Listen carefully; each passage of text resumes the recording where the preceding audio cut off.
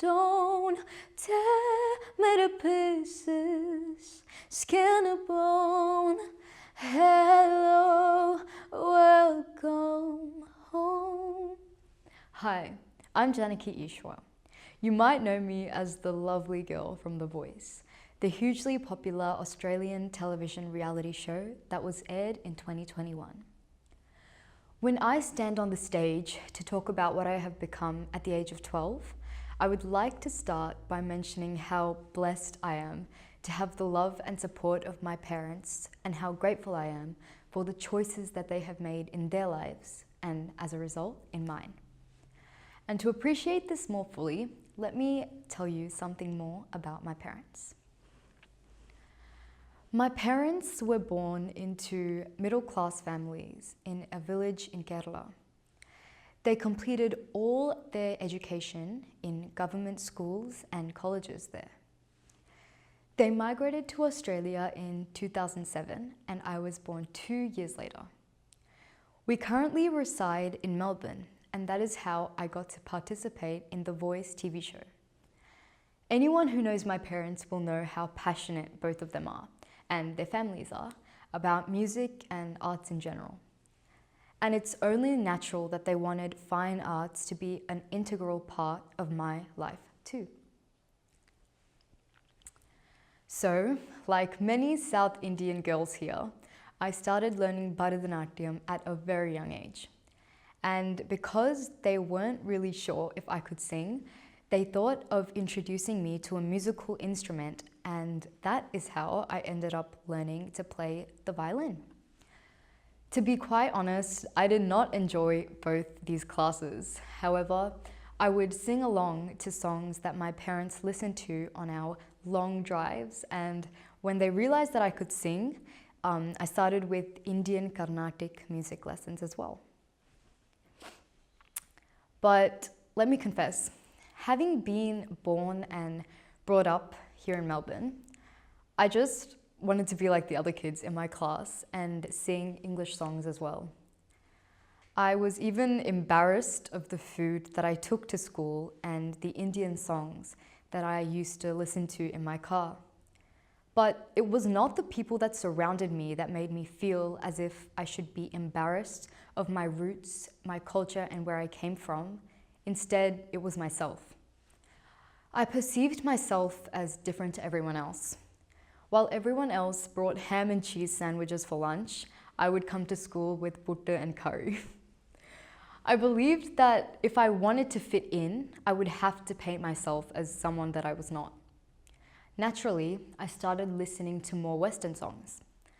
I would learn new songs from school and from my friends and sing it to my parents when I returned home.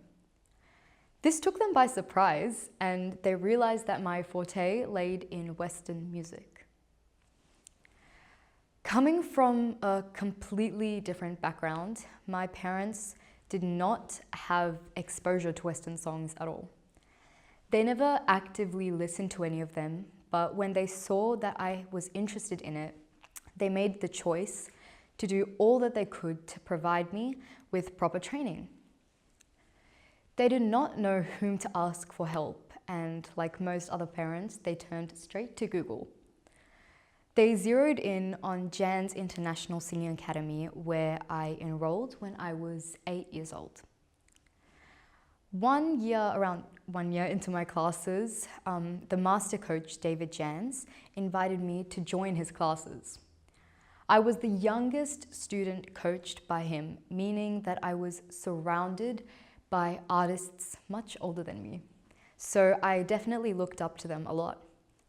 Eventually, my singing coach, David Jans, convinced my parents to take my singing more seriously. That, I can say safely, was the turning point in our lives. From that day onwards, our world started to revolve around my music. My parents had to take a couple of bold decisions so that I could concentrate solely on my music. These included stopping my dance and violin lessons and even moving to a suburb around 45 kilometers away and enrolling into a school where I could pursue music way more avidly. I continued to progress with my music lessons with Jan's Academy when, out of the blue, around 2 years later, my singing coach suggested that I audition for The Voice Australia. I could not believe it, honestly. There had been The Voice Kids show in 2014, but Australia has not done The Voice Kids for years now. Not only that, but to apply for The Voice, one had to be 14 years old, and I was just an 11-year-old girl. But my coach said that there was no harm in trying. He said, they might turn you down, but let's give it a shot. My parents were a bit concerned initially, but they trusted my coach fully and they decided not to worry about the outcome. They would take it one step at a time, and before long, I applied for The Voice. I was the 11-year-old Indian girl throughout the process. After many interviews and auditions and demos, which we thoroughly enjoyed each moment of, I got the chance to be on the blind audition stage. I had worked so hard to get on that stage, and I could not let slip that one chance. It felt so special being on the set with so many incredible musicians who came from all different backgrounds, cultures, and yeah, there was something new to learn each moment that I spent on the set. When the trailer of the show was aired on national television, I got a lot of media attention for being the youngest artist ever to go on the show. That is also when we figured out that I was the first person from the Indian community to go on a musical reality show in Australia. We had never realized it till then.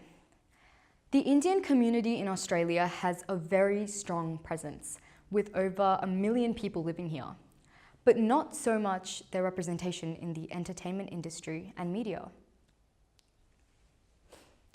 When we learnt that I was the first Indian to be going on that Voice Australia stage, we really wanted to do something impactful and that would reflect my background and represent my roots and my culture.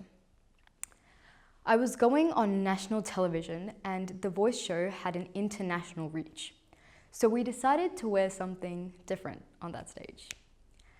I wanted to tell the world that your appearance does not define you and your music. And what better way of doing that than through what you wear? We all thought that this was an incredible idea, so we decided to take it forward. My mum has always liked Indo-fusion clothes. She had a brilliant idea of concocting an attire from the traditional Kerala mundu. And there I was at my blind auditions of all 11-year-old, stepping onto the stage that I had watched on television in a costume that eloquently proclaimed my quintessentially Malayali roots. I sang the Billie Eilish song Lovely, and to my surprise, I got a 4-chair turn. This was a moment that I just never ever expected to happen, and because of that, I have seen a large variety of artists that go on that stage. So the fact that I got a 4-chair turn was insane.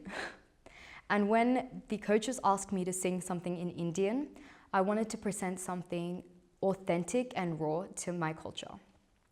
That is why I chose the Dharu Varnam Mate. This Varnam was a Varnam that I was learning in my Carnatic class at the time. The response that I got for that rendition was humbling and honestly phenomenal. I was so happy. And I'll be honest, it took me by surprise. Many people from the studio, the audience, the judges, the crew, and other artists told me that they liked my Indian song very much and that it had brought them to tears. Once this was all over and I had some time to reflect on those moments, I had flurry thoughts. Carnatic music barely has any representation outside of India. So when I got such acceptance from people all over Australia, it really made me think, what is the reason that such a rich and mellifluous art form, which many enjoy, is not more known around the world? What can we do to achieve the recognition that it deserves across regions? We need to start taking small steps. As a 13-year-old singer-songwriter who has both exposure to Indian and Western music, I have promised myself that I will do whatever from my limited capability to make Indian music enjoyable to more people across regions. Coming back to The Voice, it was only after the episode aired and I started receiving many congratulatory messages that I realized the impact of the moment. An Indian girl singing a Varnam on national TV wearing a traditional Kerala mundu. Several youngsters of Southeast Asian origin living in Australia reached out to me, saying that they were so proud of what I had done, and many even told me that I was living their dream.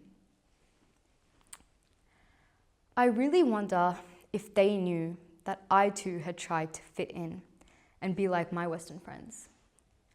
Did they know that I had been hesitant to sing Indian songs, to wear Indian clothes, or to even eat Indian food? That I had been embarrassed to embrace my very roots?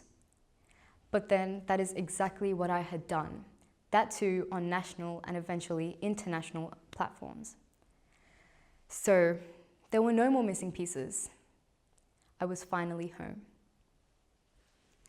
Thank you.